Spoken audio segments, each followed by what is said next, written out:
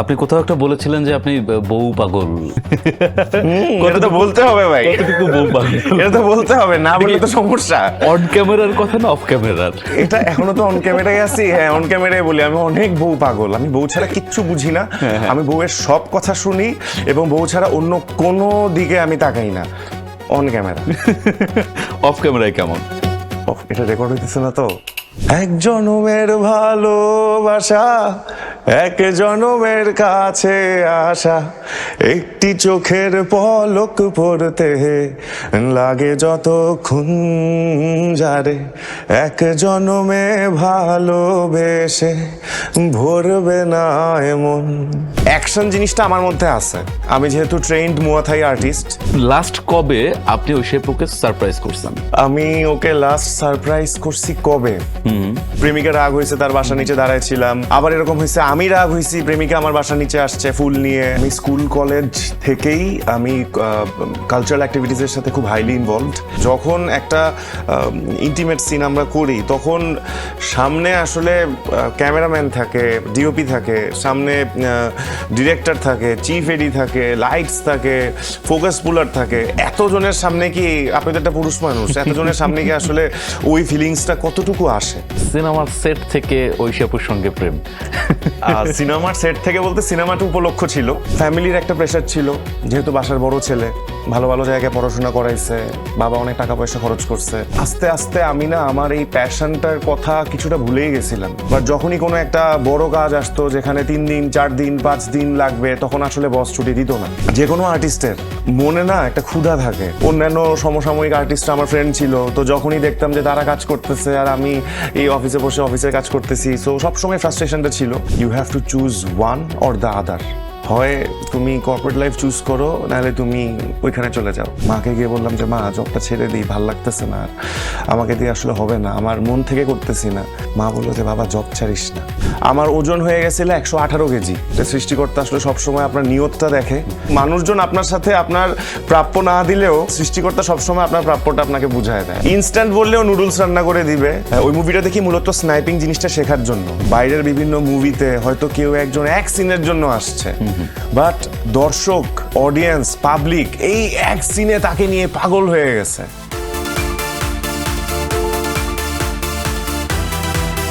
তিনি পর্দায় এসেছেন দাপটের সাথে, কখনো চক্র দিয়ে, আবার কখনো বনলতা এক্সপ্রেস দিয়ে। কিন্তু পর্দার বাইরে তিনি একজন খাঁটি বউ পাগল মানুষ। বলছি অভিনেতা আরফিন জিলানীর কথা। আজ আমাদের বিনোদন আড্ডায় থাকছে জিলানীর ক্যারিয়ারের গল্প, আর সাথে বোনাস হিসেবে থাকছে তার এবং সঙ্গীত শিল্পী ঐশীর সংসারের ভেতরের কিছু মজাদার এবং এক্সক্লুসিভ তথ্য। চলুন তবে এই আড্ডা শুরু করা যাক। ওয়েলকাম ভাইয়া বিনোদন আড্ডায়। Thank you for bringing me over here. একটু টেনশনে আছি। কি নিয়ে টেনশনে আছেন? এই যে বাজু ভাই কি প্রশ্ন করবে আল্লাহ মাহবুব জানে, খুব টেনশন, বুকটা ধুকপুক করতেছে। না, আজকে আমরা পুরো ফান করব ভাই, একদম পুরো ফান করব। ফান করার সঙ্গে সঙ্গে আপনি দারুণ সব কাজ করতেছেন, আমরা দেখতেছি। একদম সিনেমার থিয়েটার থেকে শুরু করে ফোনের স্ক্রিন পর্যন্ত প্রত্যেকটা জায়গায় এক দাপায় বেড়াচ্ছেন। আলহামদুলিল্লাহ। খুব ইনফর্মাল আমরা একটা আড্ডা দিব আজকে, কোনো টেনশন নাই ভাই। একদম শুরু করি, একদম শুরুতেই শুরুর গল্পটা দিয়ে শুরু করতে চাই ভাই। শুরুটা হলো কিভাবে? মানে আমার এই অ্যাক্টিং এর জার্নিটা আমার অ্যাক্টিং এর জার্নিটা স্টার্ট হয়েছে মূলত আমি স্কুল কলেজ থেকেই আমি কালচারাল অ্যাক্টিভিটিসের সাথে খুব হাইলি ইনভলভড। আমি নর্থ সাউথ ইউনিভার্সিটির ছাত্র, সেখানে আমি থিয়েটার অ্যাক্টিভিটিসের সাথে ইনভলভ ছিলাম। এবং নর্থ সাউথ ইউনিভার্সিটিতে পড়তে পড়তে সেকেন্ড ইয়ারে আমি আরজে হিসেবে একটা এফএম স্টেশনে ঢুকি। পরে আমি ওখান থেকে আরো 2টা এফএম স্টেশন চেঞ্জ করি। তো এই এফএম স্টেশন থাকতে থাকতে এবং এই সময় আমার পড়াশোনাটাও চলতেছিল, ওই সময় এই সবকিছুর চলতে চলতে আমি হচ্ছে প্রাচ্যনাট স্কুল অফ অ্যাক্টিং, ওদের যে অ্যাক্টিং স্কুলটা আছে, আমি হচ্ছে সেখানের 33rd ব্যাচে এনরোলড হই। এবং সেখানে গিয়ে মূলত আমি এই থিয়েটারের অ্যাক্টিং বা আমার এই প্যাশনটাকে কমার্শিয়ালাইজ করার যে একটা অনুপ্রেরণা বা যে একটা ইচ্ছা সেখানে জাগ্রত হয়। এবং ইভেনচুয়ালি ওই আমার ইচ্ছাটা আমাকে ওখান থেকে এই পর্দায় নিয়ে আসে। আর এখানে একটা ইম্পর্টেন্ট রোল প্লে করে আমার একজন বড় বোন আছে, আপন বড় বোন না, আমার এলাকার বড় বোন নরিন আপু। উনি হচ্ছে কস্টিউম ডিজাইনার। উনি হচ্ছে সাপলুডু মুভির কস্টিউম ডিজাইনার ছিলেন। তো শাপলুডু মুভিতে আরেফিন শুভ ভাইয়ের মতো হাইটওয়ালা একজনের দরকার ছিল, জাস্ট একটা ছোট্ট রোলের জন্য, যেখানে ওনাকে রিপ্লেস করা হয়। এবং ওই রোলটার জন্য আমি অডিশন দিয়ে, ওইটাই মূলত আমার ক্যারিয়ারের ফার্স্ট কাজ, যেটা দিয়ে মূলত আসলে এই যাত্রায় আসা হয়। এবং সেখানে আমি আরেফিন শুভ ভাইয়ের স্টান্টম্যান হিসাবেও কাজ করি। একটা স্টান্ট করতে হয় উপর থেকে, একটা পুকুরে ঝাঁপ দেওয়ার সিন, যেখানে আসলে আমার করতে হয় ওইটা, কারণ হচ্ছে আরেফিন শুভ ভাইয়ের মতো হাইট টাইট আমি, সো দেখলে মিলবে। সো ওভাবেই আসলে যাত্রাটা শুরু হয়।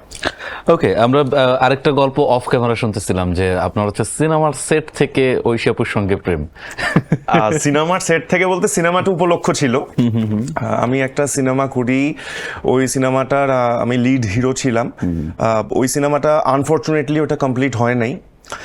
সেই সিনেমার ডিরেক্টর সিনেমা শুরুর কয়েকদিন আগে তার বার্থডে ছিল, তো উনি ভাবলেন যে বার্থডে উপলক্ষে তার টিমটাকে নিয়ে একটা ছোটখাটো পার্টির আয়োজন করি, একটা দাওয়াতের আয়োজন করি, তাহলে সবার সাথে সবার একটা জেলিং হইল, তো তাহলে হয়তো সিনেমার কাজটা খুব ভালো হবে। তো ওই সিনেমাতে ঐশী গান গায়। তো আমাদের ওই বার্থডেতে অ্যাকচুয়ালি ফার্স্ট দেখা হয় একজনের সাথে আরেকজনের। এরপর আর বাকি 10 জনের যা হয় আর কি, ফেসবুকে অ্যাড করা, একটু একটু কথা আগায় যাওয়া, দেন ওখান থেকে আসলে ওর সাথে আমার পার্সোনালি পরিচয়টা হয়। কাজ তো অনেকদিন ধরে করছেন, এর মধ্যে এই লাস্ট কিছুদিন ধরে দেখতেছি একদম ফোনের স্ক্রিন, মানে ইউটিউব থেকে শুরু করে টেলিভিশন থেকে শুরু করে ওটিটি থেকে শুরু করে সিনেমার থিয়েটার, সব জায়গায় দাপায় বেড়াচ্ছেন। আলহামদুলিল্লাহ। এইটার রহস্য কি? হঠাৎ করে কেন এরকম করে কাজে স্টার্ট বা কাজে মনোযোগী হচ্ছেন? আগে কি মনোযোগী ছিলেন না, না কাজ পেতেন না? এখন কি হচ্ছে আসলে? না, আসলে আমি কাজ শুরু করি 2019-এ। তো যেটা হয় যে এরপরে আমি আমার ফার্স্ট কাজের পরই হচ্ছে করোনা আসে। তো করোনায় তো আমাদের স্বনামধন্য যেসব আর্টিস্ট আছেন, কিংবা আর্টিস্ট বাদ দেন, ডিরেক্টর বলেন, ক্রু বলেন, যারা ক্যামেরার পেছনে কাজ করেন, সামনে কাজ করেন, সেই 2 বছর তো আসলে কেউই কোনো কাজ করে নেই। আর আমি তো তখন একদমই নতুন, আমি তো আরও কাজ পাইই নেই। তো ফ্যামিলির একটা প্রেশার ছিল, যেহেতু বাসার বড় ছেলে, ভালো ভালো জায়গায় পড়াশোনা করাইছে, বাবা অনেক টাকা পয়সা খরচ করছে, তো অবশ্যই একটা এক্সপেকটেশন থাকে। তো বাসার প্রেশারে আমি আসলে একটা জবে ঢুকে যাই। আমি একটা ফার্মাসিউটিক্যাল কোম্পানিতে ঢুকে যাই, তাদের marketing, strategic and brand management যে ডিপার্টমেন্টটা, সেখানে ঢুকে যাই। তো জবে ঢুকে গেলে যেটা হয়, কর্পোরেট লাইফ তো আসলে একটা ডিফারেন্ট লাইফ। সেখানে মানে you have to meet the expectation of your boss, sales ensure করতে হয়, প্রোডাক্টের প্রমোশনাল স্ট্র্যাটেজিগুলো ডিফাইন করতে হয়, সেগুলো নিয়ে কাজ করতে হয়। তো তখন আসলে আস্তে আস্তে আমি না আমার এই প্যাশনটার কথা কিছুটা ভুলেই গেছিলাম। জবে এত আপনিও জব করেন, আপনি জানেন আসলে জব করলে জবের বাইরে আসলে কোনো লাইফ থাকে না। তো আমার এটাও হয়েছিল, মাঝে মধ্যে কিছু টিভিসি ওভিসি করতাম, কারণ টিভিসি অফিসিতে 1 দিন লাগে, ম্যাক্সিমাম খুব রেয়ার কেসে 2 দিন লাগে, তো সেটার জন্য ছুটি পাওয়া যাইতো। বাট যখনই কোনো একটা বড় কাজ আসতো যেখানে 3 দিন 4 দিন 5 দিন লাগবে, তখন আসলে বস ছুটি দিত না। আর এটা আমি আসলে এইটাকে অগ্রাহ্য করার উপায় নেই, কারণ হচ্ছে আপনি একটা অফিসে কাজ করতেছেন, সো অবশ্যই সেটা ডেকোরাম অনুযায়ী চলতে হবে। আপনি ছুটি নিয়ে তো আর মাসের বেতনটা পাওয়া যাবে না, বা সেটা নেওয়াটাও ঠিক হবে না। তো ইভেনচুয়ালি যে কোনো আর্টিস্টের মনে না একটা ক্ষুধা থাকে, যে সে চিত্রশিল্পী হোক, সে গানের শিল্পী হোক, সে অভিনয় শিল্পী হোক, আসলে মনে একটা ইচ্ছা থাকে যে আমি আমার এই প্যাশনটাকে আই উইশ সেটা প্রফেশন হিসেবে এস্টাবলিশ করতে পারতাম। একদম। তো এই ফ্রাস্ট্রেশনটা আসলে মনের মধ্যে ছিল সব সময়, কারণ স্বাভাবিক ফেসবুকে তো অন্যান্য সমসাময়িক আর্টিস্টরা আমার ফ্রেন্ড ছিল, তো যখনই দেখতাম যে তারা কাজ করতেছে আর আমি এই অফিসে বসে অফিসের কাজ করতেছি, সো সবসময় ফ্রাস্ট্রেশনটা ছিল। এর মধ্যে আমার বিয়ে শাদিও হয়ে যায়। তো হঠাৎ করে আমার কাছে একটা কাজ আসে, বেশ বড় কাজ, ওইটার লিড ক্যারেক্টার, এবং কাজটার জন্য আমার 12 দিন লাগবে, এবং মোটামুটি টানা, মাঝখানে খালি 2 দিন ব্রেক। তো অফিসে যখন এটা বললাম, অফিস বললো যে না, এটা হবে না, you have to choose one or the other, হয় তুমি কর্পোরেট লাইফ চুজ করো, নাহলে তুমি ওইখানে চলে যাও।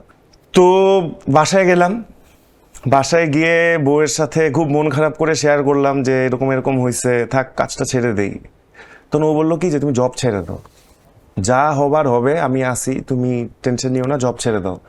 এখন বউয়ের কথায় তো এত বড় ডিসিশন নেওয়া যায় না, তো আর কার সাথে কথা বলবো, মায়ের কাছে গেলাম। মাকে গিয়ে বললাম যে মা, জবটা ছেড়ে দিই, ভাল লাগতেছে না, আর আমাকে দিয়ে আসলে হবে না, আমার মন থেকে করতেছি না, খুব ফ্রাস্ট্রেটেড আমি। মা বললো যে বাবা, জব ছাড়িস না, তুই যা করার কর, তুই জব ছাড়িস না, জবটা থাক, জবের পাশাপাশি এইটা কর, আমাকে বললো। কিন্তু আসলে হয় না, বুঝছেন? কারণ আপনি যখন একটা অ্যাক্টিংয়ে একটা ক্যারেক্টারে ফোকাস রাখবেন, তখন আসলে অফিসের প্রেশারটা যখন সমসাময়িকভাবে আপনাকে পোক করতে থাকবে, তখন কোনোটাই ঠিকভাবে হয় না। দেন আমি ডিসিশন নিলাম যে না, বউয়ের কথাই শুনি, যেহেতু সাহসটা দিছে। তো আমি জাস্ট আল্লাহর উপর, আল্লাহর ভরসায় আমি রিস্ক নিয়ে আমি আমার জবটা জাস্ট ছেড়ে দিলাম। আমি অনেক ভালো পজিশনে ছিলাম, মানে ভালো স্যালারিও ছিল, যেটা হয় সব, এভরিথিং ওয়াজ সর্টেড আউট। দেন আমি আমার ক্যারিয়ারটা আবার জিরো থেকে স্টার্ট করছি, একদম জিরো থেকে। কজ ততদিনে আমি আগেও তো জাস্ট একটা দুইটা কাজ হয়েছে, আমার কারোর সাথে যোগাযোগ নাই, কোথাও কোনো আড্ডা নাই, কারোর সাথে কোনো কথাবার্তা হয় না মিডিয়ার। আমি আবার জিরো থেকে স্টার্ট করলাম। এবং একটা মজার ব্যাপার বলি, আমি যখন জবটা ছাড়ি ওই সময় স্বাভাবিক ফিটনেসের সাথে নাই, আমার ওজন হয়ে গেছিল 118 কেজি। হ্যাঁ হ্যাঁ। সো আমি এর পরের 4-5 মাস আমি পুরা বাসায় ছিলাম, জাস্ট নিজেকে নিয়ে কাজ করছি। আমি আবার আমার 29 কেজি ওজন কমায় ফেলছি। আমি আবার নিজেকে রেডি করে দেন এগেইন আমি আমার কাজগুলো শুরু করি, আলহামদুলিল্লাহ। এবং যেমনটা হয় যে সৃষ্টিকর্তা আসলে সবসময় আপনার নিয়তটা দেখে, আপনার প্রচেষ্টা দেখে, সেটা যে লাইনেই হোক, সেটা সাংবাদিকতা হোক, সেটা উপস্থাপনা হোক, সেটা কর্পোরেট হোক, কিংবা সেটা আমার সেক্টরে হোক, সে দেখে যে আপনি কতটুকু ডেডিকেটেড এবং কতটুকু হার্ড ওয়ার্ক আপনি করতেছেন অনেস্টির সাথে। যদি সেটা করেন, আমার বিশ্বাস যে সে আপনাকে দেয়, সেটা টুডে দেয়, টুমোরো দেয়।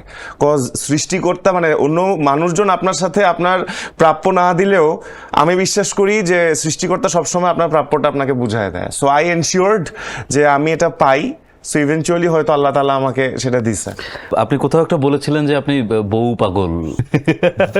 এটা তো বলতে হবে ভাই, কতটুকু বউ পাগল? এটা তো বলতে হবে, না বললে তো সমস্যা। অন ক্যামেরার কথা না অফ ক্যামেরার? এটা এখনো তো অন ক্যামেরায় আছি। হ্যাঁ, অন ক্যামেরায় বলি আমি অনেক বউ পাগল। আমি বউ ছাড়া কিচ্ছু বুঝি না।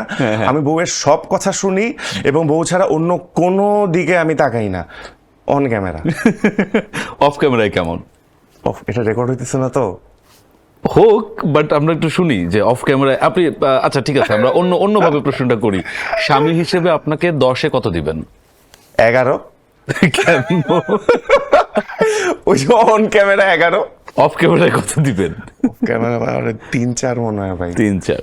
ওকে। লাস্ট কবে আপনি ওই শেপুকে সারপ্রাইজ করছেন? লাস্ট কবে আমি এবং কি সারপ্রাইজ ছিল? করছি? আমি ওকে লাস্ট সারপ্রাইজ করছি কবে? আমরা একটা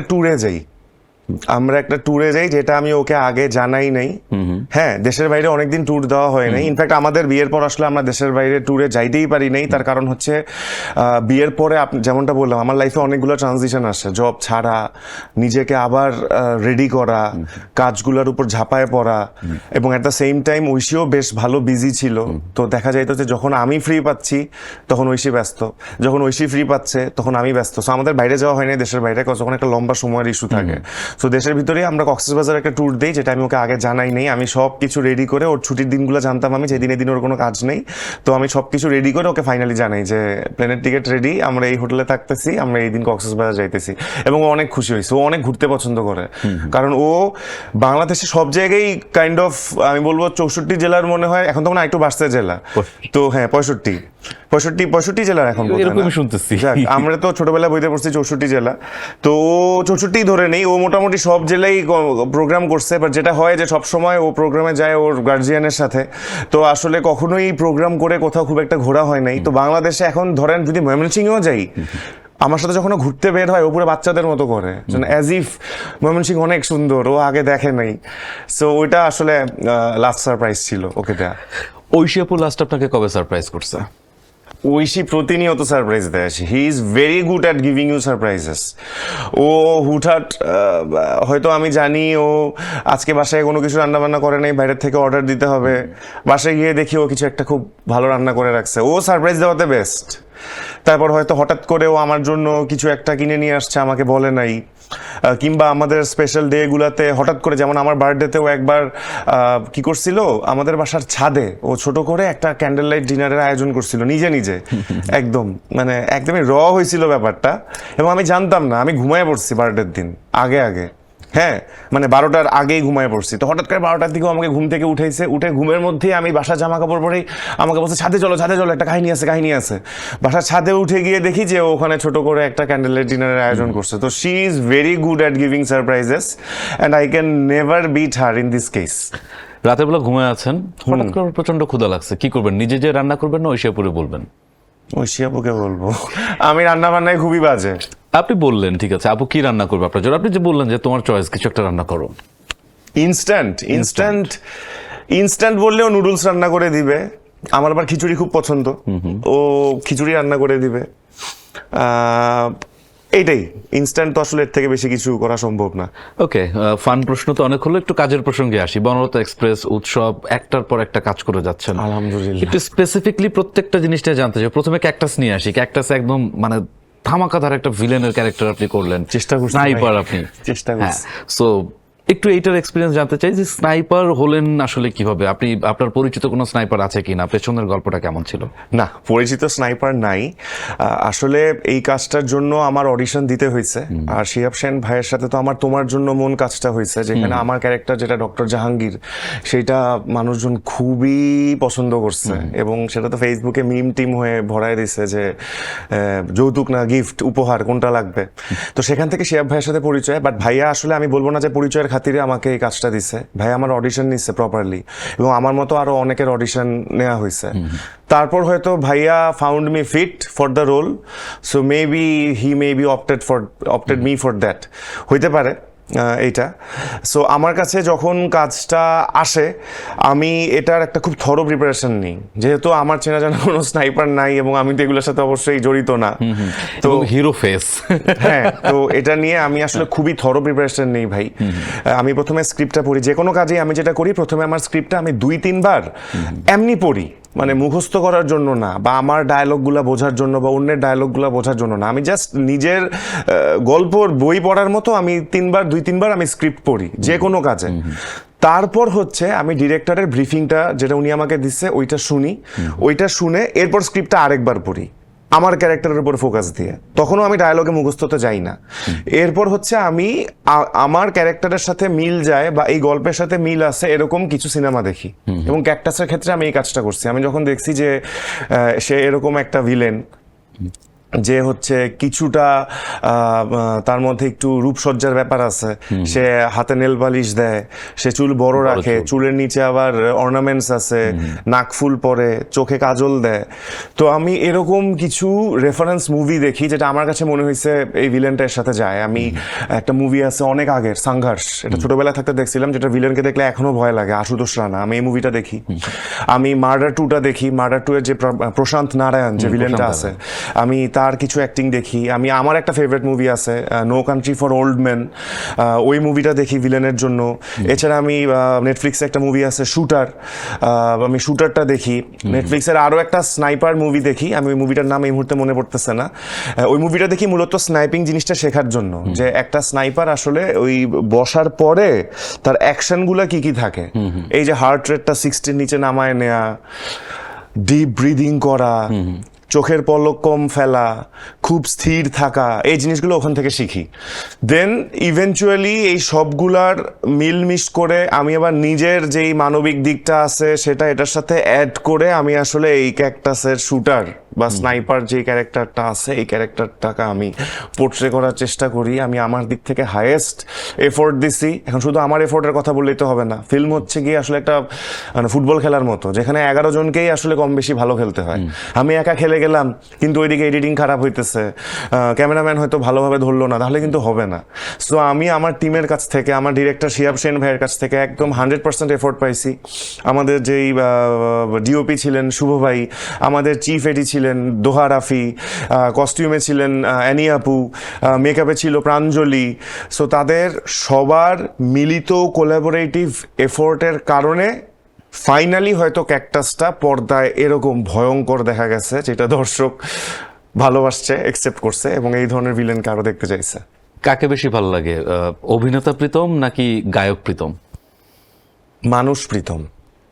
গায়ক প্রীতমের তো আমি ফ্যান, ঠিক আছে, প্রীতম ভাইয়ের শুরুর থেকে, তখন তো মিডিয়ার ধারে কাছেও ছিলাম না। ওনার সেই, আমি ওনার ফার্স্ট গান শুনছি বোধহয় ওই যে গানটা সারা রাত ঢাকাতে, এই গানটার নাম মনে পড়ছে না। আসো মামা হে, ওইটা আমার ভাইয়ার ফার্স্ট গান শোনা। তো ভাইয়ার তো তখন থেকেই ফ্যান। ভাইয়া তো অভিনেতা হিসাবেও ওয়ান্ডারফুল। এটা তো আমার বলার মতো কিছু নেই, কিন্তু মানুষ হিসাবে আসলে ওনাকে যারা চিনে, মানুষ হিসাবে প্রীতম ভাই is a fantastic human being who has no arrogance, he is very down to earth and he has a very good sense of humour. তার হিউমার সেন্স খুবই ভালো। সে সেটে থাকলে সেটটা খুব জমায় রাখে and it's very fun to work with him. Same প্রশ্ন মেহজাবিনের ক্ষেত্রে, কিন্তু মেহজাবিনের ক্ষেত্রে ওভাবে করবো না, অন্যভাবে করতে চাই। মেহজাবিন অনসেট কেমন? মেহজাবিন আপু অনসেট অনেক কিউট। আপু অত এক্সট্রোভার্ট না আমার কাছে মনে হয়েছে, মেবি হয়তো এই সাইডে এক্সট্রোভার্ট না, আমি তো আর আপুর সাথে অত চেনা জানা না, তাই হয়তো আপু কিছুটা ইন্ট্রোভার্ট। বাট আমি আপুকে যেটা দেখছি, আপু অনেক কথা বলে না, বাট আপু ইজ ভেরি সুইট। হ্যাঁ, আপনি আপুর সাথে কমিউনিকেট করলে আপু আপনার সাথে একদম প্রপারলি কমিউনিকেট করবে। আপুর সাথে সিনগুলাতে আপু অনেক কোঅপারেট করে। আর আপু তো মানে অনেক ডেডিকেটেড আর্টিস্ট। কারণ কি, যেমন অ্যাকশন জিনিসটা আমার মধ্যে আছে, আমি যেহেতু ট্রেন্ড মুয়া থাই আর্টিস্ট, মার্শাল আর্টিস্ট, সো আমি অ্যাকশনটা পারি। কিন্তু আপুর তো এটা ফার্স্ট, আমার মনে হয়, আমার জানা মতে এটা ফার্স্ট ওনার অ্যাকশন জনরার কাজ, but she pulled it off so perfectly. মানে এটা অন স্ক্রিন দেখে বুঝাই যায় নাই যে এই মেহজাবিন আপু হচ্ছে ওই মেহজাবিন যে কিনা সবসময় খুব সুইট, প্রেমে ভেঙে পড়লে কেঁদে দেয়, ওই মেয়েটা যে না, কান্নার চরিত্র ভালো পারে। হ্যাঁ, আপু ইজ আ ফ্যান্টাস্টিক আর্টিস্ট এবং খুবই সুইট, খুবই কিউট। আর আপু তো অনেক বিউটিফুল, এই ব্যাপারে তো আর বলার কিছু নাই। আপুর পাশে থাকলেই মনে হয় যে আপুর লাইটটা বোধহয় আমার উপর শাইন করতেছে। লাস্ট হচ্ছে ট্রেন জার্নি করে আসলেন, ট্রেন জার্নি এখনো চলছে সিনেমা হলে, এক গাদি তারকা আপনার ট্রেনের মধ্যে। সব থেকে বেশি নার্ভাস কিসে লাগছিল? আমি এই প্রশ্নটাই আগে করতে চাই। আচ্ছা, যদি সত্যি কথা বলি, তানিম নূর ভাইয়ের সাথে এটা হচ্ছে আমার সেকেন্ড ওয়ার্ক। হ্যাঁ, সো তানিম নূর ভাই হচ্ছে এমন একজন ডিরেক্টর যার সামনে আসলে আমার মনে হয় কোনো আর্টিস্টের নার্ভাস হওয়ার কোনো সুযোগ নেই। এটার কারণটা কি? কারণটা হলো তানিম নূর ভাই অ্যাজ আ পার্সন খুবই হাম্বল। হ্যাঁ, এবং উনি এত সুন্দর ব্রিফিং দেয় এবং ওনার সেটের পরিবেশটাকে এত জলি এবং এত অমায়িক রাখে যে আসলে কারোরই নার্ভাস হওয়ার কোনো উপায় নেই। আর সেই সাথে আমি বলবো যে আমি অনেক লাকি। হ্যাঁ, আপনি যেমন যার কথাই আপনি আমাকে জিজ্ঞাসা করতেছেন, আমি তার কথাই বলতেছি, খুব ভালো, খুব ভালো, খুব ভালো। এটা অডিয়েন্সটা শুনলে হয়তো ভাবতে পারে কি রে ভাই, যার কথাই বলতেছে সবাই ভালো, সবাই কি ভালো হওয়া সম্ভব? কিন্তু আমি জানি না, আমি অনেক লাকি যে আমি আমার এই ছোট্ট ক্যারিয়ারে আমার মোস্টলি যাদের সাথে কাজ হয়েছে তারা আসলে সবাই অসাধারণ মানুষ। সো এই কনসেপশনটা আসলে এই বনলতা এক্সপ্রেসের ক্ষেত্রেও যায়। আমি এই যাদের সাথে কাজ করছি, চঞ্চল দা, আমার বগিতে যারা ছিলেন মোস্টলি, তাদের সাথে তো আমার কাজ বেশি হয়েছে। তো বাঁধন আপু, চঞ্চল দা, তাদের মতো এরকম আন্তর্জাতিক খ্যাতিসম্পন্ন তারকা, তারা যে কত ডাউন টু আর্থ এবং তারা যে কত কোঅপারেটিভ, এটা আসলে তাদের সাথে কাজ না করলে বোঝা যায় না। নার্ভাস হওয়ার কোনো সুযোগই ছিল না। বাট হ্যাঁ, একটা জায়গায় একটু টেনশনে ছিলাম, কজ তাদের মতো এই লেভেলের ট্যালেন্টেড আর্টিস্টদের সাথে পারফর্ম করে আমি আসলে কতটা পোর্ট্রে করতে পারবো ফয়সাল ক্যারেক্টারটা, এটা নিয়ে একটু টেনশনে ছিলাম। হ্যাঁ, বাট না, এটা আসলে ভালোই হয়েছে, দর্শকরা বলতেছে। অনসেট কখনো চঞ্চল ভাই বা বাঁধন আপু কখনো বকা দিচ্ছে যে এই সিনটা এরকম না, এটা এরকম করতে হবে? এইটা একেবারেই না, একেবারেই না। এটার কারণ হইলো আসলে সেটার সুযোগই তৈরি হয়নি। আমরা এতটা ওয়েল প্রিপেয়ার্ড ছিলাম কাজের আগে, আমরা আগেই জানতাম আমরা কি করব, কি করতে যাচ্ছি। হ্যাঁ, আর বাকিটা যেটা বললাম যে তানিম ভাই সেটের পরিবেশটাই এমন একটা পরিবেশ রাখে যেখানে আসলে ক্রিয়েটিভিটিটা বার্স্ট করে, বুঝছেন? এটা আমি ফিল করছি। সেট যখন কেওটিক থাকে না, অ্যাক্টরদেরকে যখন ওই পরিবেশটা দেয়া হয় অ্যাক্টিং করার জন্য, তখন আসলে অ্যাক্টরের ভেতরের ক্রিয়েটিভিটিটা একদম প্রপারলি প্রস্ফুটিত হয়। সো তানিম ভাইয়ের সেটে এটাই হয়েছে। এখানে আসলে তানিম ভাই বকা কি, আমার মনে হয় যে আমাদের মোস্ট শর্টই এক টেক দুই টেকে হয়ে গেছে, মোস্ট শর্টই এক টেকে হয়ে গেছে। হয়তো ক্যামেরা অ্যাঙ্গেল চেঞ্জের কারণে সেকেন্ড টেক থার্ড টেক লাগছে। ভাইয়ের আসলে খুব অবজারভেশন দেয়া আমি খেয়াল করিনি আমাদের ক্ষেত্রে যে খুব দিছে, কারণ we were already very much well prepared. আপনার হচ্ছে যে তোমার জন্য মন, উৎসব, এই দুটি কাজ বা আরো দুই একটা কাজ আছে যেগুলো আপনাকে পরিচিত করেছে, জি। একটু যদি পেছনের গল্পটা একটু যদি বলেন ছোট করে, যে তোমার জন্য মন এটা আসলে কিভাবে হলো, তারপরে আবার উৎসবটা একদম ফ্যামিলি ঘরানার একটা জিনিস, ওখানেও মানে অনেক তারকা, ওখানেও জাহিদ হাসান ভাই থেকে শুরু করে একদম জয়া আপু পর্যন্ত। সো এই যে যে বারবার করে আপনার গল্পের ধরন চেঞ্জ হচ্ছে, এবং এটার সঙ্গে আরেকটু যুক্ত করবো চক্র নিয়ে। আপনি চক্র 2-তে আপনি কাজ করেছেন, যেটা সাইকোলজিক্যাল একটা থ্রিলার বলা যায়, সাইকো থ্রিলার। তো এই জায়গায় আপনি কাজ করেছেন। সো এই যে যে বারবার করে আপনি চেঞ্জ করতেছেন, আপনার গল্পের ধরন চেঞ্জ করতেছেন, আসলে কি করতে চান? আচ্ছা, প্রথমে তোমার জন্য মন থেকে আসি।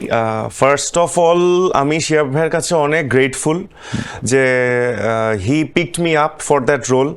হ্যাঁ, ওখানে অডিশন দিতে হয়েছে। শিহাব ভাইকে আপনি অডিশন ছাড়া তার কাছে কোনো রোল মনে হয় না পাওয়া সম্ভব, যেটা আমি মনে করি সেটা ঠিক আছে। হ্যাঁ, এটা ভালো। সো তোমার জন্য মনটা আমার জন্য একটা বিশাল ব্রেক থ্রু ছিল, এবং উৎসবও। এবং এই জন্য তানিম ভাইয়ের কাছে অনেক থ্যাঙ্কফুল এবং গ্রেটফুল এই দুটো মানুষের কাছে, যে তারা আমাকে ফ্যান্টাস্টিক দুইটা ক্যারেক্টার, একটা হচ্ছে মোবারক ভাই উৎসবের, আর একটা হচ্ছে তোমার জন্য মন ডক্টর জাহাঙ্গীর, এই দুটো ক্যারেক্টার তারা আমাকে গিফট করছে, যে ক্যারেক্টারটা আমার ক্যারিয়ারে একটা বেশ ভালো ব্রেক থ্রু দিছে। দর্শক আমার খুব ভালোবাসছে এই দুইটা ক্যারেক্টার প্লে করার জন্য। এই দুইটা কাজে যুক্ত হওয়া, দুটাই অডিশন দিয়ে তারা মনে করছে আমি fit for the role, so they went for their instinct, they chose me. So হ্যাঁ, I am very much thankful and grateful to them and to the lord. আর গল্প চেঞ্জের যে ইস্যুটা আমার কাছে আসলে এখন মনে হয়, আপনি যদি গ্লোবালি দেখেন বা ইন্টারন্যাশনালি দেখেন, মানুষটা এখন অনেক ইন্টেলেকচুয়াল। কারণ মানুষের হাতে ফোন জিনিসটা আছে, এবং ফোনে মানুষ সবসময় তাদের নিজেদের দেশের বাইরের কন্টেন্ট দেখতেছে, নিজেদের দেশের কন্টেন্ট দেখতেছে, হাজারো কন্টেন্ট দেখতেছে, মানুষজন প্রচুর নলেজ পাচ্ছে এখন, যার কারণে এখন মানুষকে না ধোকা দেওয়াটা খুব টাফ। তো এই যুগে না, আমার কাছে আমি যেটা ফিল করতেছি, গল্পটা আসলে মেইন হিরো। এখন আপনি যদি আমরা যদি ইন্টারন্যাশনালি দেখি, আপনি দেখবেন যে বাইরের বিভিন্ন মুভিতে হয়তো কেউ একজন এক সিনের জন্য আসছে, বাট দর্শক, অডিয়েন্স, পাবলিক এই এক সিনে তাকে নিয়ে পাগল হয়ে গেছে। হ্যাঁ, আমি যদি বেশি দূর না, ইন্ডিয়াতেই যাই, বলিউডের কথা বলি, বলিউডের কথা বলে মাথায় খালি আমি যাই না, এনিমেল আসে বারবার, কেন আসে আমি জানি না। এনিমেলের কথাই যদি বলি, এনিমেলে ববি দেওলের রোল কতক্ষণ ছিল? অল্প ছিল, খুবই অল্প ছিল, এবং তার উপর সে ছিল বোবা। হ্যাঁ, তারপরও পাবলিক কিন্তু অডিয়েন্স তাকে অনেক ভালোবাসছে। এটার কারণটা কি? কারণ এখন গল্পটা হিরো। সো আমি চেষ্টা করি যেন আমি এমন একটা ক্যারেক্টার পাই, যেই ক্যারেক্টারে আমি দেখানোর জন্য এনাফ স্কোপ পাই। সেটা হিরো হইলে তো আলহামদুলিল্লাহ ফ্যান্টাস্টিক, সেটা হিরো না হয়ে যদি কোনো একটা স্পেশাল অ্যাপিয়ারেন্স হয় কিংবা অ্যান্টাগনিস্ট হয়, you see just like cactus, যে শুটারকে সবাই এত ভালোবাসছে। শুটার কিন্তু প্রথম 5 এপিসোডে ছিল, বাট শুটার কোনো কথা বলে নাই, ও জাস্ট অ্যাকশন করে যাচ্ছে, চুপ, ও রেজ দেখাচ্ছে, অ্যাঙ্গার দেখাচ্ছে, ফ্রাস্ট্রেশন দেখাচ্ছে। শুটার কথা বলছে একদম লাস্ট এপিসোডে এসে, বাট তারপরও পাবলিক বা অডিয়েন্স শুটারকে এত ভালোবাসছে। সো আমার কাছে মনে হয় আসলে গল্পটার উপর প্রাধান্য দেওয়া উচিত, চরিত্রটার উপর প্রাধান্য দেওয়া উচিত, এবং অবশ্যই ডিরেক্টরের উপর প্রাধান্য দেওয়া উচিত। তখন আসলে নিজের সেরাটা বের হয়ে আসে। ওকে, আপনি এবার একটু অন্য প্রসঙ্গে আসি ভাই। বলতেছিলেন যে আমরা যেটাকে প্রেম মনে করি সেটা আসলে প্রেম না, আপনার কাছে প্রেম কি? এইটা আসলে যেই প্রসঙ্গে বলছিলাম, প্রসঙ্গটা ছিল আমাকে সাংবাদিক ভাই প্রশ্নটা করছে যে আপনার আগে কয়টা গার্লফ্রেন্ড ছিল? কয়টা ছিল ভাই? ভাই কয়টা ছিল বলেন, আজকে বলে দেন। বেশি ছিল না। কয়টা ছিল? 10-এর নিচেই ছিল। ওকে, বেশি ছিল না, 10-এর স্কুল জীবন থেকে শুরু করে অবশ্যই। হ্যাঁ, ওকে, অবশ্যই একটা লম্বা সময় ধরে হিসাব করলে বেশ কিছু ভালোবাসার সুযোগ হয়েছিল, যেগুলো আমাকে অনেক কিছু শিখাইছে। ওকে, তাই জন্য হয়তো ফ্যামিলি লাইফে সবকিছু ঠিকঠাক করতেছি। এবার সংজ্ঞাটা শুনি, তাহলে কি কি শিখলেন জীবনে? সব পারিবারিক শো তো না, পারিবারিক শো, বাচ্চা কাচ্চারাও দেখবে, কোনো টেনশন। তাইলে তো কি কি শিখছি সব বলা যাবে না, একটু ইয়া করে বলি। আমরা সংজ্ঞাগুলো একটু জানি, যে আসলে প্রেম ভালোবাসার সংজ্ঞাটা কি। এত প্রেম করছেন যেহেতু, খুব এত প্রেম করছি, আসলে ব্যাপারটা কি, আমরা যখন ইয়াং থাকি, ইয়াং বলতে যখন আমাদের ছেলে মানুষের ম্যাচুরিটি তো একটু দেরিতে আসে, সো আমরা আসলে যখন স্কুল কলেজ জীবনে থাকি অনেক সময় কিন্তু পিয়ার প্রেসারেও আমরা প্রেম করে ফেলি। মনে করেন যে আমি যদি আমার ফার্স্ট প্রেমের কথা বলি, হ্যাঁ, যে আমার যার সাথে ফার্স্ট রিলেশনশিপ ছিল, ওই রিলেশনশিপটা আসলে কিভাবে হয়েছে, সে আমার ফ্রেন্ড ছিল, ওভার দ্য ফোন আমরা প্রেম করতাম, মানে ফ্রেন্ডশিপ ছিল, জাস্ট আমরা কথাবার্তা হাই হ্যালো এটা সেটা এগুলো হইতো। তো তখন দেখতাম যে আমার অন্য সমস্ত ফ্রেন্ডের গার্লফ্রেন্ড আছে, ঠিক আছে, সবাই সারাদিন ফোনে, হ্যাঁ সবাই ফোনে কথা বলতেছে, আমি সিঙ্গেল। তো দেখা যায় যে মাঝে মধ্যে আমরা আসলে পিয়ার প্রেসারেও আমি ওই প্রেমটা করে ফেলছিলাম। ওই সময় আমার যেটা হয়েছে যে আমি বলে ফেলছি হ্যাঁ আমার তোমাকে ভালো লাগে, বাট হয়তো আমি বুঝি নাই যে সব ভালো লাগা একরকম ভালো লাগা না। কিছু ভালো লাগা আছে যে ভালো লাগাটা এতটাই এক্সট্রিম যে মনে হয় যে ও জীবনে না থাকলে বোধহয় আমার লাইফটা ইনকমপ্লিট। তো আমার কাছে মনে হয় ওইটা অ্যাকচুয়াল প্রেম। তো এই ম্যাচুরিটিটা আসতে ছেলেদের একটু টাইম লাগে, এটা আমার কাছে মনে হয়। সো এই জন্য হয়তো লাইফে অনেক সময় অনেক প্রেম বলেন, রিলেশনশিপ বলেন, ভালো লাগা বলেন, যেগুলো আসলে আমার কাছে মনে হয় ইনফ্যাচুয়েশন, এটা কিছুদিনের জন্য হয়, পরে হয়তো জিনিসটা যখন থাকে না তখন সেটা ওয়ার্কআউট করে না। সো আমার ক্ষেত্রে সেটাই হয়েছে। এরকম না যে আমি প্রেম করে তাকে ধোকা দিয়ে আরেকজনের কাছে গেছি, আবার প্যারালাল আমি ডাবল টাইমিং ট্রিপল টাইমিং করতেছিলাম, এরকম আমার সাথে কখনো হয় নাই। ইভেনচুয়ালি হয়তো ওয়ার্কআউট করে নাই, দূরত্ব তৈরি হয়ে গেছে, আমি বুঝতেছিলাম ইটস নট ওয়ার্কিং আউট, সে বুঝতেছে ইটস নট ওয়ার্কিং আউট, সেটা হয়েছে। সো হ্যাঁ ওইটাই, এই জন্য হয়তো অনেকগুলো রিলেশনশিপ গেছে, এইটাই, নাথিং এলস। কখন এরকম করছেন যে প্রেমিকা রাগ হয়েছে এবং তার বাসার নিচে গিয়ে দাঁড়াচ্ছিলেন? হ্যাঁ এরকম কত হয়েছে। আমি এরকম হয়েছে যে আমি প্রেমিকা রাগ হয়েছে তার বাসার নিচে দাঁড়াইছিলাম, আবার এরকম হয়েছে আমি রাগ হয়েছি প্রেমিকা আমার বাসার নিচে আসছে ফুল নিয়ে, আমার যেই বাসায় যেই দারোয়ান ভাই আছে তার কাছে দিয়ে গেছে ফুলটা। প্রেমে তো এসব চলতেই থাকে। রাগ ভাঙাতে কি কি করতেন? মানে প্রেমিকার রাগ ভাঙাতে গিফট দিতাম, ভালো ভালো মিষ্টি মিষ্টি কথা বলতাম, তারপরে বাইরে কোথাও ঘুরতে নিয়ে যাইতাম, হয়তো কান ধরে উঠবোস করতাম, মোটামুটি মিষ্টি কথা বললেই কাজ হয়ে যাইতো। আমি যেটা দেখছিলাম, আমার এক্সপিরিয়েন্স যা বলে। প্রেমিকা তো প্রেমিকা, হোম মিনিস্টারকে কিভাবে রাগ হোম মিনিস্টারের রাগ ভাঙানো আসলে হোম মিনিস্টার, আমার হোম মিনিস্টার একবার রাগলে তার রাগ আবার ভাঙানো খুব টাফ। বাট আমার হোম মিনিস্টার হচ্ছে খুব ফুড লাভার, তো সে যদি রেগে যায় তাকে একটু কিছু মিষ্টি কথাবার্তা বলে যদি বাইরে কোথাও নিয়ে খাওয়ানো যায় সে খুশি হয়ে যায়। সো আমার হোম মিনিস্টারকে এভাবে মোটামুটি রাগ ভাঙানো যায়, কোনো কিছু একটা গিফট করলে, কিংবা ওই যে বললাম না মানুষের আগের এক্সপিরিয়েন্স গুলা পরে কাজে লাগে, ওয়ান অফ দেম। ওই আপু রাগে কি কি কারণে? ও সবচেয়ে বেশি রাগে যখন আমি ওর ভাগের খাওয়াটা খেয়ে ফেলি, তখন সবচেয়ে বেশি রাগে। আমাদের গত পরশুদিন ওর একটা ব্যাপার হচ্ছে, ও যে কোনো খাবারের মধ্যে ওর সবচেয়ে পছন্দের যে খাবারটা সেইটা সবসময় লাস্টের দিকে একটু রেখে দেয়। হ্যাঁ, একদম শেষ লোকমাটা ওর ওই পছন্দের খাবার দিয়ে শেষ হয়। আর আমি যেটা করি, ওর হচ্ছে ওই শেষ লোকমাটার একটা অংশ আবার আমি খেয়ে ফেলি। তো গত পরশুদিন এরকম আমরা খাওয়া দাওয়া করতেছিলাম, ওর শেষ লোকমাটা রেখে দিছে, আমি একদম জাস্ট লাস্ট মোমেন্টে ওর শেষ লোকমাটা ঠাস করে নিয়ে খেয়ে ফেলছি। সে ভীষণ রাগ, তো এটা করলেও সবচেয়ে বেশি রাগে। আর হ্যাঁ, আরেকটা জিনিসের আগে যদি ওকে না বলে কোথাও গেলে, মানে আমি আমার কাজের জন্য যত জায়গায় যাই এটা নিয়ে ওর কোনো প্রবলেম নেই, বাট ও একটু পছন্দ করে আমি যেন ওকে একটু ইনফর্ম করে যাই। সো কখনো যদি ইনফর্ম করে কোথাও না যাই তখন একটু রাগ করে, বাট আমি এটা প্রথম সমস্যা হইতো, আর আমি বুঝে গেছি ও আচ্ছা, কারণ আমাদের একটা অভ্যাস আছে না, আপনিও বুঝবেন, সব সময় আসলে আরে ওখানে যাইতেছি এটা বলাটা হয় না। নিজের মাকে কয়বার বলছি যে ওইখানে যাইতেছি মা, সবসময় তো বাসা থেকে ঠাস করে বাইরে যেতাম। সো বিয়ের শুরুতে এই প্রবলেমটা আমারও হইতো, ঠাস করে চলে যেতাম, হয়তো কোথাও চলে গেছি বলা হয়নি, বাট আস্তে আস্তে বুঝছি যে এটা করাটা ঠিক হবে না। ওই যে ম্যাচুরিটি আসে আসলে বয়সের সাথে সাথে। তো হ্যাঁ, এখন ওকে বলেই যাই কোথাও গেলে। আন্টি মানে আপনার শাশুড়ি আম্মা, সে কোথাও একটা বলেছিলেন যে একদম মনের মতন জামাই পাইছি। মনের মতন জামাইয়ের আসলে কি কি গুণ আছে, কি কি গুণের কারণে আন্টির মনে হলো মনের মতন জামাই? এটা তো আম্মুই ভালো বলতে পারবে আসলে, যে কেন মনের মতো জামাই পাইছেন, উনি পাইছে এটা উনি বললো, এটা আমি বলতে পারবো না। উনি জানে যে আপনার মধ্যে জামাই ম্যাটেরিয়ালের, মানে জামাই ম্যাটেরিয়াল বলতে আমরা যেসব গুণাবলী আমরা জানি বা বুঝি, কি কি আছে আপনার মধ্যে? আমার মধ্যে একদমই কিছু নেই এসব, একদম যদি সত্যি করে বলি আমার কাছে মনে হয় না। আমি অতটা গোছানো না, আমি একদমই রান্না বান্না করতে পারি না, আমি যে খুব দায়িত্ব পালন করি শ্বশুরবাড়ির প্রতি, এটাও আমি আসলে বলতে পারবো না, কারণ আসলে নিজের কাজে এত ব্যস্ত থাকি যে ওইদিকে আসলে অত সময় দেয়া হয় না। বাট আমার কাছে মনে হয় যে আমার সবচেয়ে বড় গুণ যেটা, সেটা হচ্ছে I am very straightforward, I am very transparent and I am very honest. হ্যাঁ, I am very honest regarding my words and regarding my statement, regarding my commitment. তো এগুলা হয়তো বলতে পারেন যে হয়তো এগুলা জামাই গুণাবলীর কোনো একটা থাকতে পারে, বাট বাকি যেগুলো আছে ওগুলো একদমই আমার মধ্যে নাই। যে ব্রাদার ইন লকে তাদের জন্য কিছু করা, তাদের জন্য কোথাও ঘুরতে নিয়ে যাওয়া, কারণ আসলে যেমনটা বললাম 23 থেকেই তো আসলে কাজের পেছনে ছুটতেছি, নিজেকে তৈরি করতেছি। আমার তো 9 to 5 জব না যে আমি 9টা থেকে 5টা বা 6টা 7টা পর্যন্ত কাজ করলাম, দেন বাসায় গিয়ে আমি একদম ফ্রি। আমার জব তো 24 আওয়ার্স, আবার মাঝে মধ্যে 24 আওয়ার্সই আমি ফ্রি।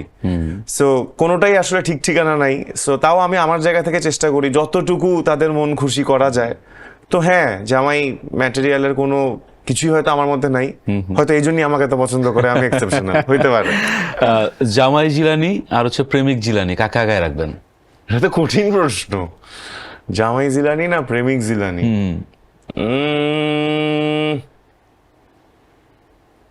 জামাই জিলানি। আপনি একটু আগে আপনাকে হচ্ছে পিছাই দিলেন, এখন আবার আগায় দিচ্ছেন কেন? প্রেমিক জিলানি কেন আগায় রাখবো না, কারণ যেমনটা বললাম তখন হয়তো অতটা ম্যাচুরিটি ছিল না, বাট প্রেমিক জিলানি হিসেবে খারাপ ছিলাম না। You can ask my girlfriends. খুঁজে পাবো কোথায়? প্রোগ্রামটা শেষ হোক, আমি নাম্বার দিচ্ছি। ওকে, ডান। আমরা কথা বলবো। তাদের কম বেশি বিয়ে হয়ে গেছে, অফ ক্যামেরায় কথা বলবো। তাদের বিয়ে হয়ে গেছে, লাভ নাই আপনার। ওকে, আমরা সেম প্রশ্নটা আপুর জন্য। ঐশী আপু, বউ হিসেবে আগায় না প্রেমিকা হিসেবে? আমার পার্টনার হিসেবে। আমি ওকে বউ হিসেবে ওভাবে, আমরা দুইজনই আসলে টিপিক্যাল জামাই বউ না ভাই, একদম মানে আজকে অন ক্যামেরার সামনে বললাম যে নর্মালি যেটা হয় বা আমি যা দেখছি আমার ফ্যামিলিতে বা অন্যের ফ্যামিলিতে, আমরা দুইজনের কেউই একদমই ওই রকম না। এটার কারণ হইতে পারে আমরা দুইজনই আর্টিস্ট হয়তো, তাই। হ্যাঁ, একদম বউ হিসাবে আসলে যা যা করা সাধারণত করতে হয় ওগুলা ও চেষ্টা করে। আমার বাসার থেকে ওর উপর কোনো প্রেশার নেই। আমার বাসার বাবা মা ওকে প্রচন্ড ভালোবাসে, আমার ভাইয়ের ওয়াইফরা তাকে অনেক ভালোবাসে। একদম আমি বলবো যে আমার ভাই এবং আমার ভাইয়ের ওয়াইফ আর ও হচ্ছে একদম সেম এজ, তারা একদমই সেম ব্যাচের, সেম এজ। তো ওদের মধ্যে বন্ডিংটা আবার একদম ফ্রেন্ডের মতো। তো আমরা যখন 6 জন আড্ডা দিই মনে হচ্ছে আমরা 6টা ফ্রেন্ড আড্ডা দিতেছি। সো আমাদের আসলে দুইজনের আমরা টিপিক্যাল কেউই হাজব্যান্ড ওয়াইফ না, আমরা আসলে দুজনই মনে করি আমরা একজন একজনের পার্টনার, এবং একজন একজনের সাথে থেকে আমরা চাই আমাদের বাকিটা জীবন কাটাইতে। তো এটা তো নির্ভর করতেছে সৃষ্টিকর্তার উপর, তিনি যেন আমাদেরকে একসাথে রাখে আর কি। তো আমি ঐশীকে পার্টনার ঐশী হিসেবে আগে রাখবো। অনেক কাজ করেন, অনেক আপনার শুটিং থাকে, নাটক, সিনেমা, ওটিটি সবকিছু মিলে। যখন এগুলো রিলিজ হয়, আপু দেখার পরে আপনাকে কখনো বলে যে এইভাবে কেন করলা, ওই সিনটা ওভাবে কেন করলা, এই সিনটার নায়িকার সঙ্গে তো রোমান্টিক হলা কেন, ওই সিনটা এরকম করলা কেন, এরকম বলে কখনো? এই ব্যাপারে ওর কোনো রেস্ট্রিকশনই নেই। হ্যাঁ, কারণটা হচ্ছে গিয়ে ও আমার কাজের জায়গাটা বোঝে, যেহেতু ও নিজেও একজন আর্টিস্ট। যদি হয়তো অন্য কেউ হইতো তাহলে হয়তো সে বুঝতো না। হ্যাঁ, আসলে ভাই সত্যি বললে কি, আপনিও তো আমাদের জগতেরই লোক। হ্যাঁ, যখন একটা ইন্টিমেট সিন আমরা করি তখন সামনে আসলে ক্যামেরাম্যান থাকে, ডিওপি থাকে, সামনে ডিরেক্টর থাকে, চিফ এডি থাকে, লাইটস থাকে, ফোকাস পুলার থাকে। এতজনের সামনে কি, আপনি তো একটা পুরুষ মানুষ, এতজনের সামনে কি আসলে ওই ফিলিংসটা কতটুকু আসে? আমরা জাস্ট ক্যামেরাতে পোর্ট্রে করার জন্য হয়তো ফিলিংসটা জাগ্রত করি, বাট ইমোশনালি এতটা ডিপ হয়ে যায় না যে আসলে ওখানে অনেক কিছু ঘটনা ঘটে। ঠিক আছে, এটা ঐশীও জানে যেহেতু সে নিজেও আর্টিস্ট। সো ওইসব জায়গায় আমার অ্যাবসলিউট ফ্রিডম। গল্পের প্রয়োজনে যেটা করা দরকার ওইটা সে আমাকে করতে দেয়, এটা নিয়ে প্রবলেম হয় না। এই ইন্ডাস্ট্রিতে আমার বাবা, আমার মা, আমার কোনো ভাই ব্রাদার, আমার ফ্যামিলির কেউ এই ইন্ডাস্ট্রিতে আসলে বিলং করে না। মানে I am the first one from my family যে আসলে এই জায়গাটায় কাজ করতেছি। সো আমার মাথার উপরে আসলে ওভাবে কারো হাত ছিল না বা কারো পেছন থেকে পুশ ছিল না যে আরে আমার ভাই ব্রাদার ওটা কাজে নে, ভালো করে, এরকম আমার সাথে হয় নাই। সো আমাকে আসলে এরকম ছোট ছোট স্টেপ দিয়েই, এই যতটুকুই আসছি এই ছোট ছোট স্টেপ দিয়েই এই পর্যন্ত আসতে হয়েছে। তো এটাকে, এই ইমপ্রুভমেন্টটা কিভাবে হয়েছে, নিজেকে সবসময় ইভ্যালুয়েট করতে থাকছি, নিজের যে জায়গায় ভুল মনে হয়েছে ওইটাকে ডেভেলপ করছি, নিজে বিভিন্ন রকমের কোর্স করছি। আমি আপনাকে এই জায়গায় একটা কথা বলি, ওই যে অ্যানিমেল মুভির কথা বললাম, অ্যানিমেলে যেই ববি দেওলের ভাইয়ের যেই ক্যারেক্টারটা করছে সচিন সাচদেব, উনি তো ইন্ডিয়ার খুব নামকরা একজন অ্যাক্টিং কোচ। আমি এই রানিং কাজ কর্মরত অবস্থায়ও আমি তার সাথে কোর্স করছি। সেটা হয়তো আমি না করলেও পারতাম, আরে ভাই আমি তো কাজ করতেছি, কাজ তো পাইতেছি, কিন্তু আমি কেন করছি? Just to improve myself. আমি যেন অ্যাক্টিংটা, ক্যারেক্টারটা আরো ট্রুথফুলি, আরো বিলিফের সাথে আমি যেন এতটা সুন্দর করে প্লে করতে পারি, দর্শক যেন ওটাতে স্টাক হয়ে যায়। তো এইগুলো তো হয়েছে আসলে এরকম ইভ্যালুয়েশন, নিজেকে ক্রমাগত কারেকশনের মাধ্যমে। তো এখানে ঐশীর একটা বিশাল হেল্প আছে। ওই যে অন্য মেয়ে হইলে কি আমি এখন ওর সামনে এরকম প্রত্যেকটা দিন এই সিন ওই সিন রিহার্স করে দেখাইতেছি, আগের কোনো একটা সিন রিহার্স করে দেখাইতেছি। আমার যে কোনো কাজ করার আগে তো রিহার্স করি বাসায়, তখন একবার দেখে, আবার যখন কাজ শেষ করে আসি, আপনি শুনলে অবাক হবেন যে হয়তো শুটিং করে শেষ করে রাত্রে 12:30 1টায় ঢুকছি, ওই সময় আমার মাথার মধ্যে চলতেই থাকে যে সিনটা কি ঠিক করছিলাম, আচ্ছা এরকম না করে ওরকম করলে বোধহয় ভালো হইতো, সো এটা কাকে দেখাবো, এরকম পাগল তো কেউ নাই, আমার বউ আছে একটা পাগল। সো বাসায় আসি, এসে ওর সামনে আবার একবার করে দেখাই, দেখো তো এইভাবে করছি। তারপর ও জিজ্ঞাসা করে তাহলে অ্যাকচুয়ালি কিভাবে করছিলাম, তখন আবার অ্যাকচুয়ালি কিভাবে করছি ওইটাও করে দেখাই, তখন বলে যে না না ওটাই ঠিক আছে। সো হ্যাঁ, এভাবে তো আমাদের চলতে থাকে। ঐশী আপুকে যদি ডেডিকেট করতে হয় কোনো গান, তাহলে কোন গানটা করবেন? ঐশী আপুকে যদি ডেডিকেট করতে হয়, এক জনমের ভালোবাসা, এক জনমের কাছে আসা, একটি চোখের পলক পড়তে লাগে যতক্ষণ যারে, এক জনমে ভালোবেসে ভরবে না এমন। হাততালি। আপু তো অনেক অনেক গান করে, এর মধ্যে আপনার সব থেকে পছন্দের গান কোনটা? ও যে গানটার জন্য জাতীয় পুরস্কার পাইছে ওই গানটা আমার সবচেয়ে ফেভারিট। মায়ারে একটা গান আছে, এই গানটা এত সুন্দর, এত সুদিং, এত রিলিভিং। গানটা তো অবশ্যই শোনা হয়েছে আশা করি। গানটা আমার কাছে খুব ভালো লাগে ওর এই গানটা স্পেসিফিক্যালি। এবার যদি আপনাকে আমি একটা চ্যালেঞ্জ দেই যে আপুর কোনো একটা গান গিয়ে শোনাতে হবে, আপনি কোন গানটা গাইবেন? ওর গান গাওয়া তো খুব টাফ হবে ভাই, ও তো মানে খুব কঠিন কঠিন টাফ গান গায়। মায়া মায়া একটা গান আছে, ওটা কম্পারেটিভলি একটু ইজি আছে মনে হয়। ওই যে তুমি না থাকিলে সংসারে দুঃখ দিবা কারে রে, আছি বলে বোঝো না রে কত করি মায়া রে। ওকে, নর্মালি হয় কি, আমরা তো যখন শাওয়ার নিতে যাই তখন ওইটা আমাদের স্টুডিও হয়ে যায়, গান গাওয়া শুরু করে দিই শাওয়ারটা ছেড়ে। আপু কি করে শাওয়ারে গেলে? আপুর থেকে আমি শাওয়ারে বেশি গান গাই। ওকে, আমরা তো জানলাম। আমরা আরেকটা জিনিস জানি, আপু ডাক্তার। বাসায় কি প্যারা দেয় খাবার টাবার নিয়ে বা ফিজিক্যাল স্ট্রেংথ বা অন্যান্য বিষয় নিয়ে? না না না, ওটা নিয়ে ও প্যারা দেয় না, ওটা নিয়ে আমি বেশি প্যারা দিই। যেহেতু আমাকে ফিট থাকতে হয়, সো আমি আমার নিজের ফিটনেস নিয়ে খুবই স্কেপটিক্যাল এবং আমি আমার ফিটনেস নিয়ে খুবই সিরিয়াস। সো আমি প্যারা দিই বরং, যে বাসায় এটা রান্না করো না, ওইটা রান্না করো না। ইনফ্যাক্ট যখন যেমন এখন আমি এই মুহূর্তে আবার ডায়েটে নাই, এখন এই রোজার ঈদ থেকে এখন পর্যন্ত আমি এখনো ব্যাক করি নাই, যেহেতু একটু উৎসব মুখর ফেস্টের মধ্যে আছি, কাজ রিলিজ যাচ্ছে। সো এখন আমরা একটু টুকটাক এটা সেটা খাচ্ছি, কিন্তু যখন আবার রুটিনে ঢুকে যাব তখন বাসায় কোনো উল্টাপাল্টা খাবার আমি অ্যালাউ করি না। কারণ হয় কি, আমি নিজেও ফুড লাভার। সো ফ্রিজের মধ্যে যদি ওরকম কোনো একটা খাবার থাকে, খাবারগুলো কই যায় ভাই খাবারগুলো নামাইতে হয়। খাবারগুলো তো যায়, কিন্তু পরে ওইটার জন্য জিম করতে হয়, আবার হুট করে দেখা গেল যে কাজ পড়ে গেছে, তাড়াতাড়ি ওজন নামাইতে হবে, তখন আবার ফাস্টিং করি, ওয়ার্কআউট করি। সো কষ্ট আছে, ইটস নট সো ইজি। ওকে, আপুর সব থেকে পছন্দের রান্না কোনটা আপনার? ও তেহারি খুব ভালো রান্না করে। আজকেই ফোন দিয়ে বলবো যে তেহারি রান্না করে please. Any day you are invited. হ্যাঁ, আমাদের একটা দাওয়াত খুব দরকার। ওকে, আমাদের মোটামুটি সবই আমরা জানলাম, সবই আমরা করলাম। এবার আমি একটু মানে শর্ট কয়েকটা প্রশ্ন করতে চাই, শর্ট কয়েকটা উত্তর দিবেন। ঐশী নাকি অভিনয়, কোনটা বেশি প্রিয়? দুইটাই। কে আগে কে পিছে, এইটা একটা ঝামেলায় তো ফেলবো আমি। অভিনয়। ওকে, বউয়ের সবচেয়ে ভয়ঙ্কর রূপ কখন দেখতে পেয়েছেন? যখন ওর লাস্ট খাবারের অংশটা খেয়ে ফেলছি। শাশুড়ির সাথে প্রিয় রান্না কোনটা? আম্মুর হাতের প্রিয় রান্না হচ্ছে আম্মুর গরুর মাংস। ওকে, সংসারে বেশি dominating K? None of us.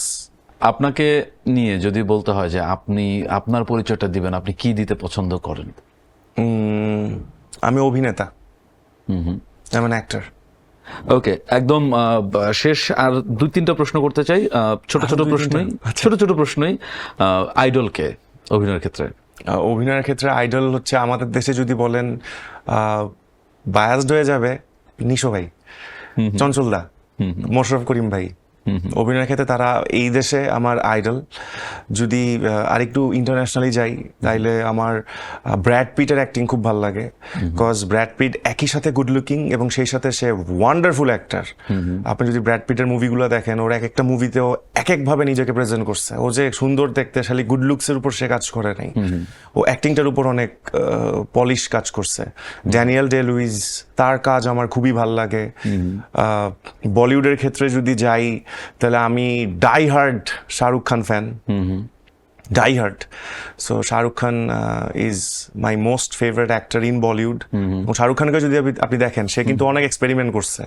ও একই সাথে কমার্শিয়াল হিরো হিসেবে নিজেকে যেমন সাকসেসফুলি রিপ্রেজেন্ট করছে, সেই সাথে ও স্বাদেশ এই মুভিতেও নিজেকে সুন্দরভাবে রিপ্রেজেন্ট করছে। ওর একটা মুভি আছে পেহেলি, ওই মুভিতেও সে একটা অন্যরকম ক্যারেক্টার করছে। তো তারা হচ্ছে গিয়ে মূলত আমার আইডল। আর একটা ছোট্ট একটা গেম খেলবো ভাই, আমি একটু বের করে নিই। আচ্ছা ঠিক আছে। এইটাতে আপনাকে একটু কট তো আমি দিবই। ক্যাচ আউট নাকি বোল্ড আউট? বোল্ড আউটই। Oh my God! এইটাতে আপনি বাজেভাবে ও ফাঁসবেন। মাই গড, আমি চেষ্টা করব যেন পাটা সামনে থাকে, এলবিডব্লিউ হয়। আপনি এটা বাজেভাবে ফাঁসবেন না। ও মাই গড। প্রথমেই হচ্ছে ঐশী এবং হচ্ছে লিজা, দুজনের মধ্যে কাকে আগায় রাখবেন? অফকোর্স ঐশী। ঐশী কুণাল আপু, কাকে আগায় রাখবেন? অফকোর্স ঐশী। ঐশী মিলা, কাকে আগায় রাখবেন? এটা একটা কঠিন প্রশ্ন। অফকোর্স ঐশী, বাট মিলাপু অ্যাজ ওয়েল। ঐশী জেফার? ঐশী। ঐশী। সব জায়গায় ঐশী আপুকে আগায় রাখতেছেন কেন? হ্যাঁ, এখন প্রশ্ন বাসায় গেলে খাবার বন্ধ হয়ে যাবে সেই ভয়তে? না, সেই ভয়তে না, এটা তাহলে অনেস্টলি যদি আপনি আমাকে প্রশ্ন করেন যে বউ হিসেবে না, কণ্ঠশিল্পী হিসেবে, এবং আমি উত্তরগুলো আসলে একদমই নিউট্রালি দিছি, যে ও আমার লাইফ পার্টনার যে ওই জায়গা থেকে দিছি, বা আমার ফ্রেন্ড ওই জায়গা থেকে দিছি, সেটা না। ও অসাধারণ গায়, ওর রেঞ্জ আনবিলিভেবল। ও যেমন সুইট গানগুলাও গাইতে পারে, ঠিক তেমনি ভাবে যেগুলো খুব হাই রেঞ্জের ভয়েস লাগে সেগুলোও সে ওটার জন্য খুবই সাকসেসফুল। সো ও গায়িকা হিসাবে she is mind blowing, there is no doubt about that. ওকে, আমিও যতদূর জানি ঐশী আপু আপনাকে দুর্দান্ত ভালোবাসে, এবং আজকে আমিও যতটুকু বুঝতেছি যে আপনিও তাকে দুর্দান্ত ভালোবাসেন। আমাদের বিনোদন আড্ডায় আসলেন, অনেক গল্প হলো, অনেক কিছু জানলাম আপনার ব্যাপারে। আর অনেক কিছু জানার ছিল, সময় স্বল্পতার কারণে আমরা সবকিছু জেনে উঠতে পারিনি। হয়তো আবার একদিন বড় পরিসরে বসবো। কিন্তু আজকে যে প্রোগ্রামে বসলেন, আমাদের যারা দর্শক আছে সেই দর্শকদের উদ্দেশ্যে যদি কিছু বলেন। আচ্ছা, তো দর্শকদের উদ্দেশ্যে বলার আগে I want to thank you for inviting me to this show. অবশ্যই কালবেলাকে অসংখ্য ধন্যবাদ যে বিনোদন আড্ডায় আমাকে আমন্ত্রণ জানিয়েছেন। I am feeling really very much honoured and special, এবং সবসময় এভাবে সাথে থাকবেন সো দ্যাট আমরা আরো ভালো কিছু করতে পারি। আর দর্শকদের উদ্দেশ্যে যেটা বলতে চাই, আমি আরেফিন জিলানী, একজন বাংলাদেশের অভিনেতা। আমি মনে করি যে আমাদের দেশে এখন ফ্যান্টাস্টিক সব কন্টেন্ট হচ্ছে, যেইটার আমরা আসলে সবাই খুব ভালোভাবে লক্ষ্য করতে পারছি। আপনি সিনেমার কথা যদি বলেন, আমাদের সিনেমাগুলো এখন বাইরের দেশে ব্যাপকভাবে জনপ্রিয়।